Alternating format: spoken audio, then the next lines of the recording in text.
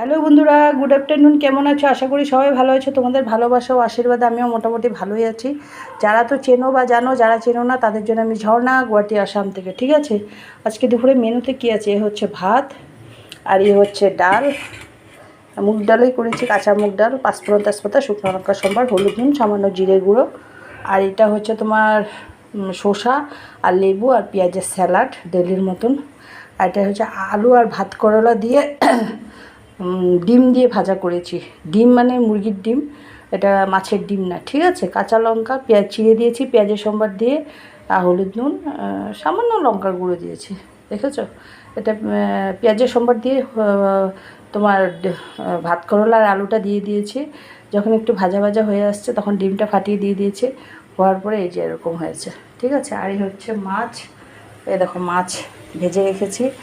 এখন মশলাটা ঝোল উতরে গেছে, যখন ফুটে গেছে ভাত ঝোলটা, এখন মাছ আর ধনে পাতাটা দিয়ে দেবো। ঠিক আছে, দেখো মাছও মোটামুটি হয়ে আসছে। আজকে সিম্পল রান্না, কারণ আজকে সানডে হলেও আজকে আমাদের অন্য একটা ইনভাইট আছে, তাই আমি তো খাবো না, আমার হাজব্যান্ডও খাবে না, ছেলেও খাবে না, মেয়ে আর আমার ননাস খাবে, তাই ওদের জন্য মাছ। ঠিক আছে, এই হচ্ছে আজকে দুপুরে হালকা করে মাছটা রান্না করেছি, কাঁচা লঙ্কা দিয়ে করেছি, কাঁচা লঙ্কা আর পেঁয়াজ বাটা, পেঁয়াজ ভেজে দিয়েছি, হলুদ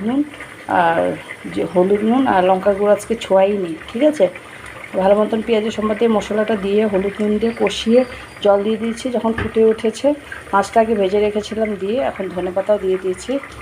এখন একটু হয়ে গেলে নামিয়ে নেব। ঠিক আছে বন্ধুরা, এই হচ্ছে আজকে দুপুরের মেনু।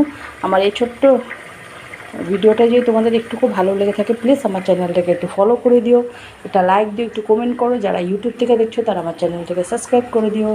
টাটা।